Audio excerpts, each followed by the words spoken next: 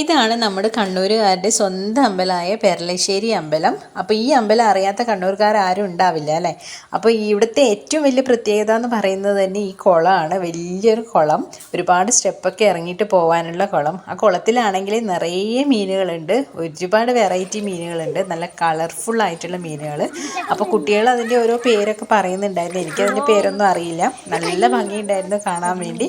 അപ്പോൾ കിച്ചൂട്ടനാണെങ്കിൽ മീനിനെ ഓരോന്നിനും ഇങ്ങനെ കൈയിട്ട് പിടിക്കുന്നുണ്ടായിരുന്നു.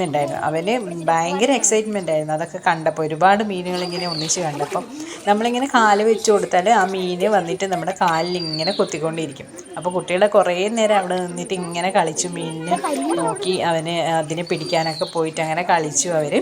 പിന്നെ നമ്മൾ അമ്പലത്തിലോട്ട് പോയി.